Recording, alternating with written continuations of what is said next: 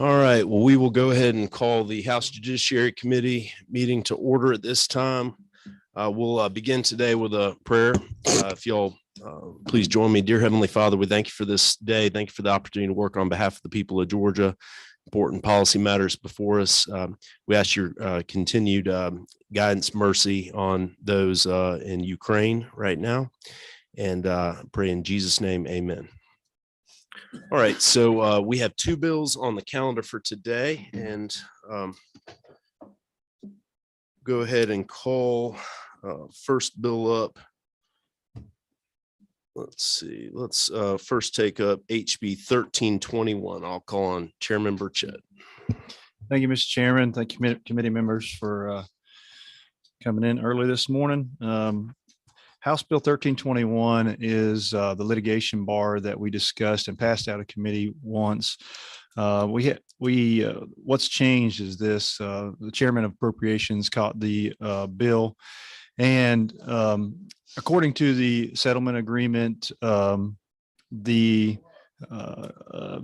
General Assembly's input was not as strong as the appropriations chairman was comfortable with. So we have reworked the bill so that we would have the monies that come in from the opioid settlements would be covered under the General Appropriations Act, and that's the significant change in the litigation bar that you read before. It still does the same things. It bars litigation from political subdivisions of the state of Georgia, with an exemption for Cobb County, who's already in another piece of litigation.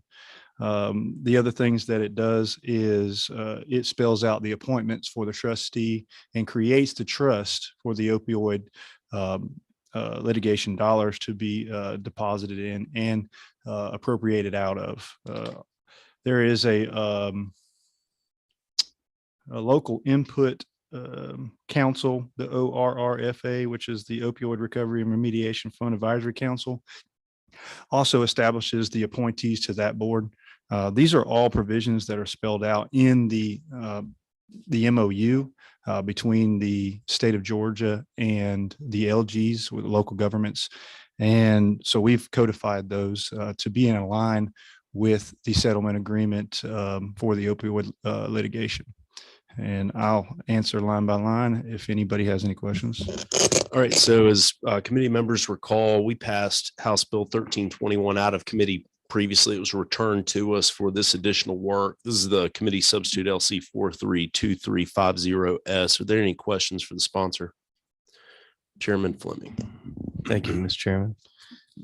Yesterday was one of those days where I didn't get a chance to return on my calls nor chat with you about this, but I did get some calls about the changes, what changes people thought we were making. And I guess my question is along the lines of everything we're doing is not going to in any way prevent or harm or disrupt the settlement that has been reached. Is that correct? It is. I'm of the opinion that it will not affect the settlement agreement. The way the settlement agreement is structured is there's two pots of money coming to the state. One pot is local government money. That is paid directly from the national administrator to the local governments. The dollars that we're talking about in this bill are the state funds, and those state funds were contemplated within that MOU to go into a trust. Okay. We have just simply codified that trust and appointed. We have established that the trustee will be the commissioner of DBHDD. And we've also brought those funds under the General Appropriations Act. So the General Assembly will appropriate these funds. In other words, without doing that, these dollars would pass outside our balance sheet. Now we will see these in our budget and appropriate these funds. Well, and as you, thank you. And as you well know, quite often the word that gets out about what may or may not be in the bill or drafts and whatnot is not always what's there. And that may have been what happened in this case, but just as long as we know the settlement's going to go through fine, then I think that's great. I believe that to be the case. Yes, Thank you. Any other questions? All right, hearing none, I'll hear a motion. Motion to pass from Representative Fleming, second from Representative Wilson. Any amendments or further discussion? Hearing none. All those in favor signify by saying aye. Aye. Aye. Any opposed?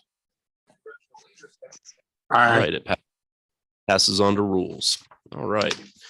So we'll now move on to HB 1588. We have a committee LC 442017S, and the committee previously heard about this bill, and I think it was moved to subcommittee. So we'll move it back up to full committee now, and I'll call on Chairman Burchett to present his second bill for today. Thank you, Chairman, committee members. House Bill 1388 is a response to the instance where a legal organ newspaper just shuts its doors. This instance happened in my district twice. Just one day, 100-year-old newspaper closed the doors. And as many of you know, the legal organ plays an integral role in notice for many different types of actions. The statute as the law stands now, the statute is very constraining on what type of media can be used as a legal organ. Under the current statute, we would conceivably only been able to use a newspaper that was published in a county over that did not have any subscription within the county to become the legal organ, which doesn't get to the intent of what the legal organ does, and that is notice. So what we've done is added some flexibility, and the provisions that we have changed are definite. You do not have to adhere to the definition of a newspaper. And one of the main things is we had a free newspaper in that covered 7 counties that would have been, I think, the best intermediate legal notice until another newspaper was established. But because it was free and because it had 75% or more ads or advertising in it, it did not qualify. So what we've done is created an intermediate status so that the probate judge, the clerk, and the sheriff could vote to have a medium such as the one I've explained become the legal organ for a term indefinitely until a newspaper would qualify under the terms of the statute. This was a problem locally twice. Newspapers are I dare say they're less and less subscriptions, and people are moving into the electronic medium. So we're trying to sort of balance the interests here. We have a lot of folks that still read the newspaper back in my district, and I'd imagine throughout the state. And we've got the support of the newspaper folks and GMA and ACCG on this. And so I'd appreciate your affirmative vote on this piece of legislation. All right, a few questions. Representative Walensky. Thank you, Chair. Just reading this is switching it from 100 per issue to 100 copies weekly, I think it said. Yeah, weekly circulation. Is that, I guess, going on? Most papers are done twice a week and they just didn't meet that. So now we're. I think the per issue is so some papers are daily, some papers are weekly, some papers are bi-weekly. So in my district, we have all 3 of those cases where you have a weekly, a daily, and a bi-weekly. So what it's saying is you have 100 copies in whatever instance circulating in that county. So if you have a daily, you have at least 100 copies circulating within the county. If you have a weekly, you have 100 copies circulating. And then also if you have a bi-weekly. One more question. So the weekly standard meets this, what we're trying to fix here. I'm just wondering if that's enough, but if you say it is, I believe you. Well, that's a provision that the current statute says 500. And okay. So we're dropping it down to 100. And Reagan Marsh, I want to make sure I'm right on that. The current statute is 500, correct? If you're in a county with a population of less than 20,000. Yeah. So and is that the statute is that what we're fixing? Because it looks like section 2 is a whole new section. So there's Mr. Chairman. Yeah, if you'd like to come forward, Mr. Marsh, and we got some folks online, so if you could speak in the microphone. Thank you, Mr. Chairman, members of the committee. There's in this code section, there's an A before the B that answers all of your questions. I actually have it here. But what it says is that if you're in a county with a population of less than 20,000, then you should have 500 copies per issue if you're the actual legal organ. Keep in mind, B is sort of an exception to the rule. And that's saying we may not have a legal organ in the county that fits this description. So we're going to make those, we're going to lower the standards a little bit so that we can have this alternative legal organ. And the standard being lower is not only going down to 100 copies, but also going down to weekly instead of daily. Well, it's 100 copies per issue. So if you have one issue per week, then that would be 100 copies per issue. So that would be your 100 copies per week. If you had a daily and it'd be 100 copies per issue. So you'd have multiple issues in a week. Okay. I mean, I guess my last question is it's 2 here says if it doesn't meet the daily of 100, but so what happens if an area doesn't have a weekly circulation of 100, then nothing applies? So then you move to this new section that Chairman Burchett has put in, which is B2. That's where it says, but does have a weekly circulation. Let's just initial terminate. But that's what I'm saying. Line 20 of section 2 said, but does have a weekly circulation of at least 100. That's what my question was. What happens if there's not a weekly circulation of 100? So, yeah, so Such term shall terminate another maybe. So the difference between B1 and B2 is B1, it has to be paid circulation. And it has to be a newspaper that is less than 75% advertising. When you move to B2, we're throwing that out the window. It just has to be any newspaper that has 100 copies per issue, which would be like a advertising newspaper, which I think most counties are going to have. I hear what you're saying. And once again, I haven't had my coffee. It's sitting right here.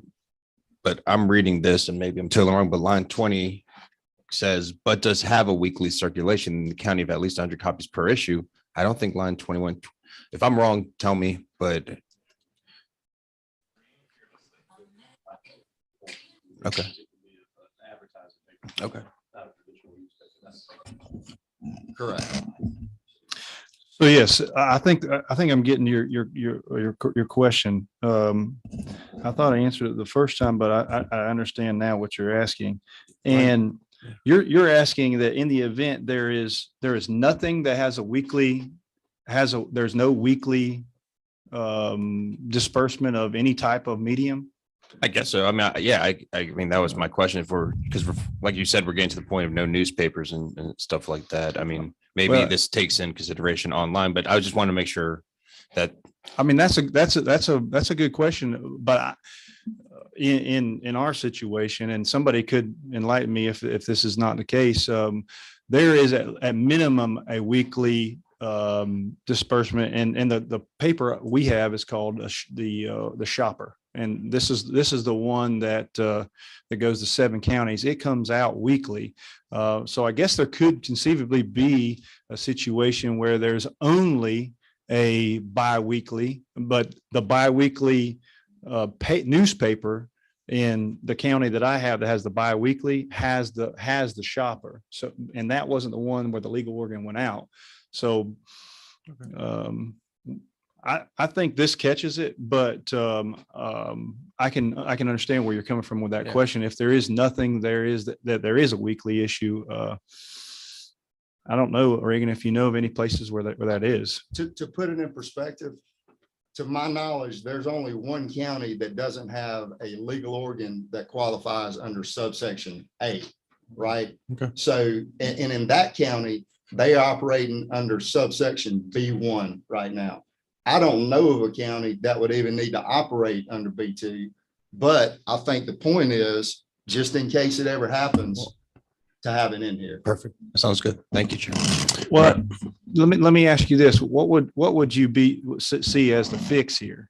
I I'm in Dunwoody and Dorville, so I don't have this issue. So I just wanted to make sure if we're fixing the problem, then I'm good. And Sure. if it gets worse or technology takes over, another judiciary committee can handle that. Well, we considered some technology, a third option here, but we're at this point, the interested parties are still hashing that out. So this sort of gets to the issue we had in the district.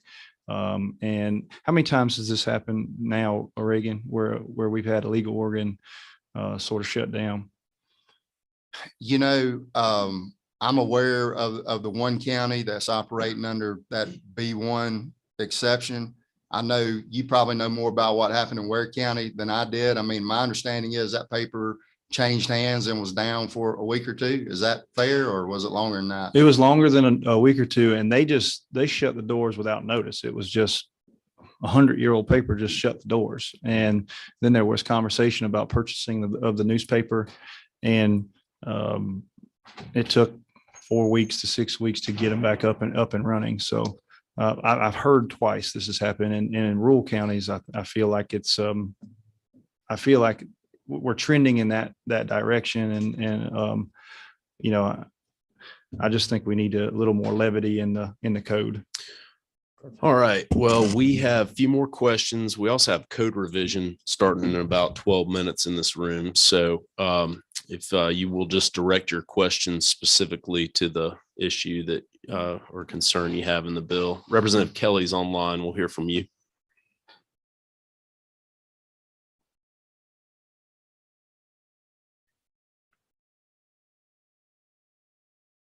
Looks like he dropped off. So Representative Fleming. Thank you, Mr. Chairman.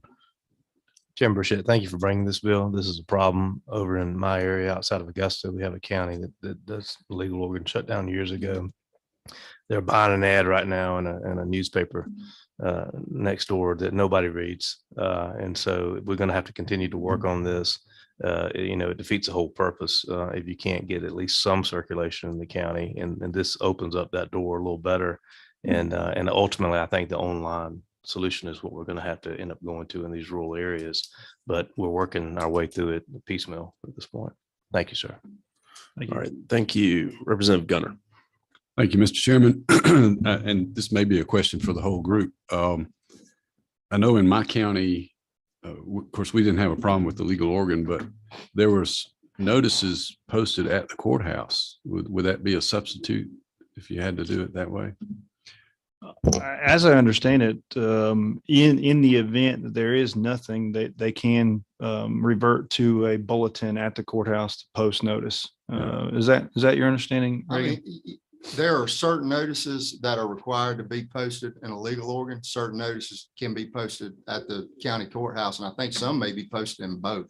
Mhm. But for instance, Open Meetings Act type deal, that's going to be posted, especially if it's at the last minute. It's going to be posted at the courthouse. Okay. All right. Thanks. All right. Representative Evans, you have a question? Or Representative Wilson, you have a question? You good? Waves. All right. Very good. We are now in the posture to hear a motion on this bill. All right. Motion to pass and second on House Bill 1388 committee substitute. Any discussion or amendments? Hearing none. All those in favor signify by saying aye. Aye. Any opposed? All right, very good. It's on to rules. So a couple announcements. We have the committee picture for our famous judiciary picture wall in there. Representative Walensky missed it last year and we had to retake the picture. So it's at 9:30 this morning. Everybody be sure to be there, and we'll be just in the well of the House 9:30 or upon adjournment of rules, House rules, whichever's later.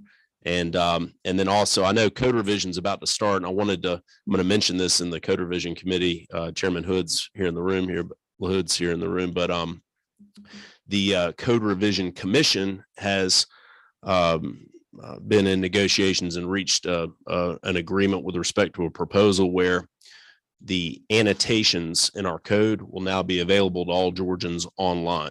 And that's a very exciting development that has been discussed in the code revision commission. And so that's a big step. I think we can all be very proud of the transparency and effort to make our law available online, particularly in light of the Supreme Court opinion from a few years ago. So, all right, well, I do not expect we're going to have another meeting of judiciary this week. If anything changes, we'll certainly get